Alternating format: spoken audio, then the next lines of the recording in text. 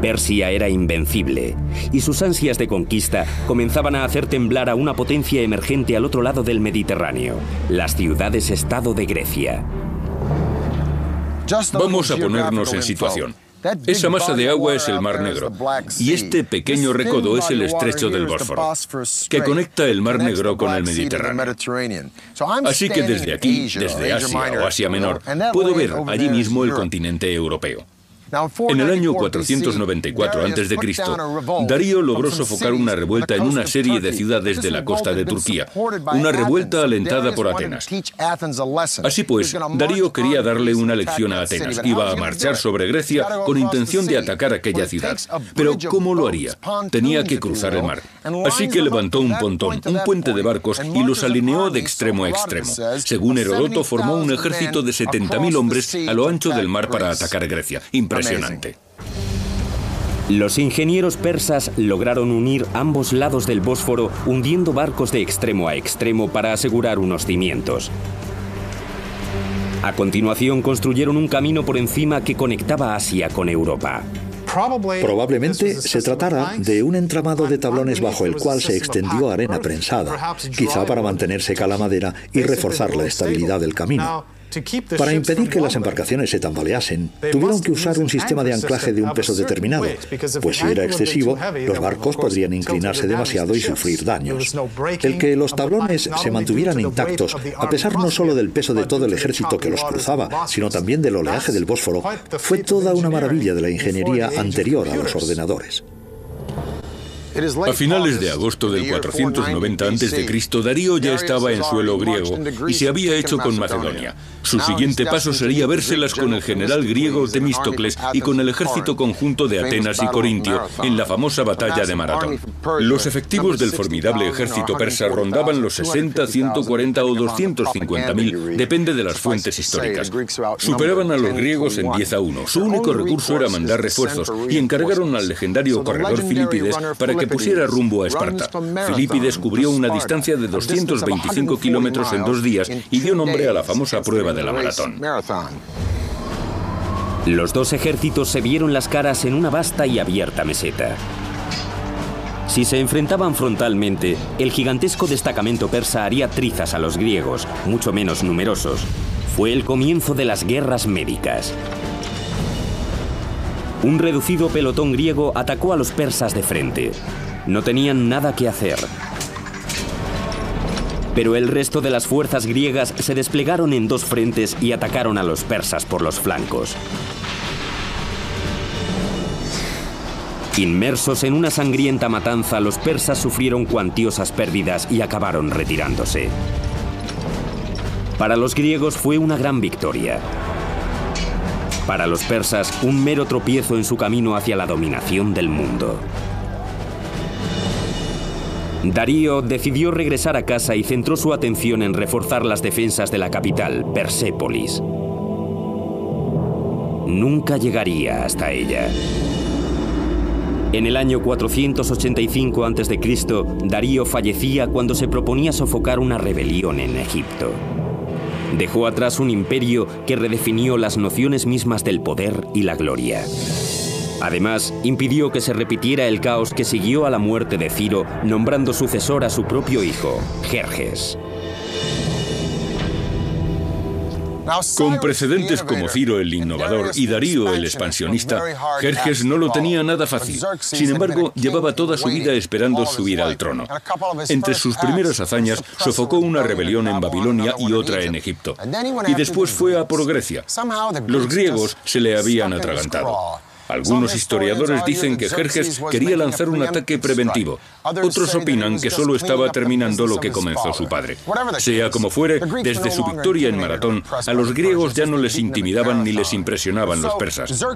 Así que Jerjes se alió con la marina cartaginesa en el extremo del actual Túnez y se propuso batir a los griegos por mar.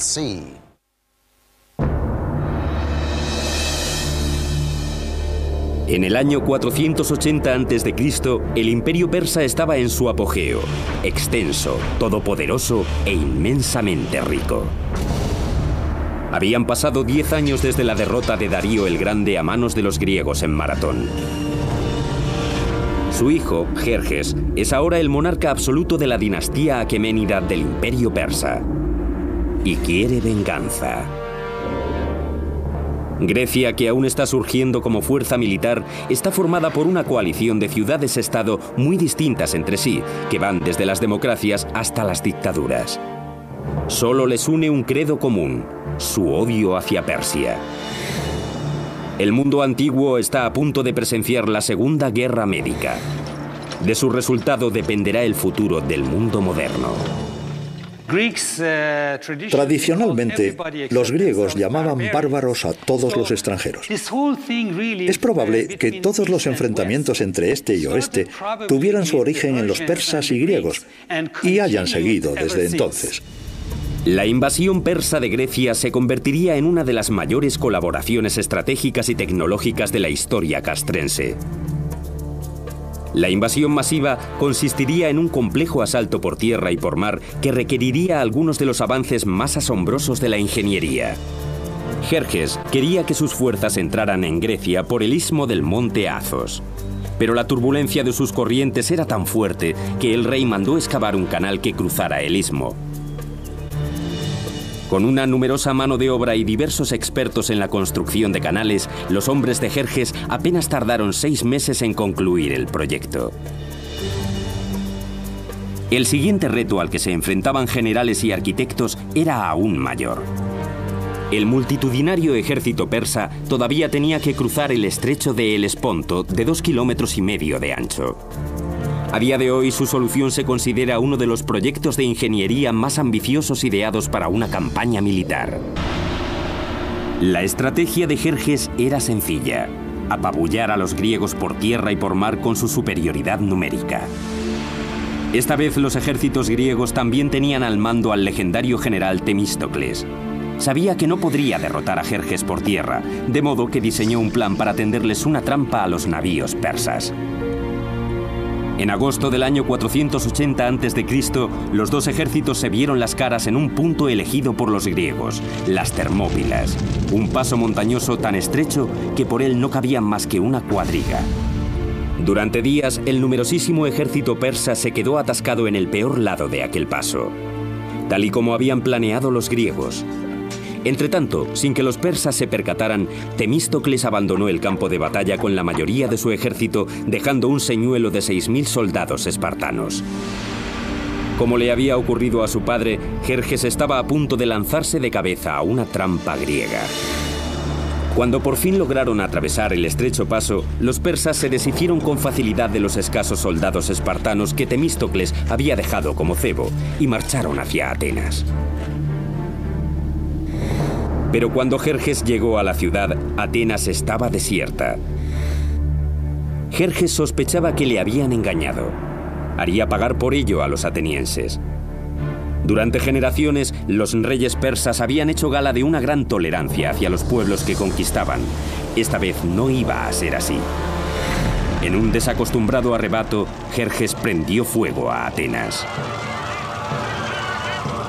Algo de lo que el rey persa se arrepintió enseguida.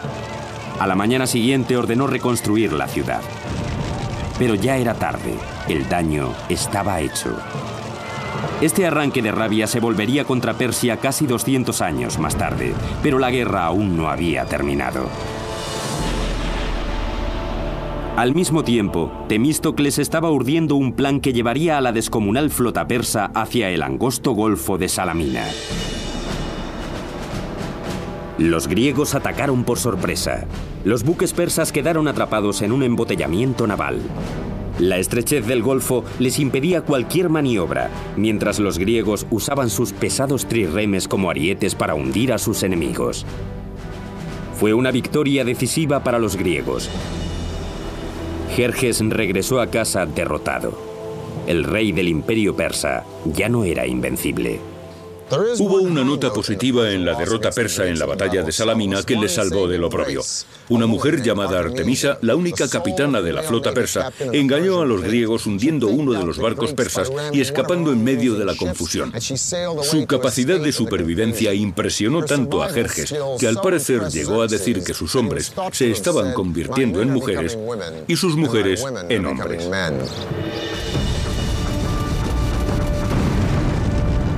Las guerras médicas llevaron a Atenas a su época dorada, pero hicieron vulnerable al poderoso imperio. Le correspondería a un joven príncipe que idolatraba a los grandes monarcas persas darle al imperio la estocada final.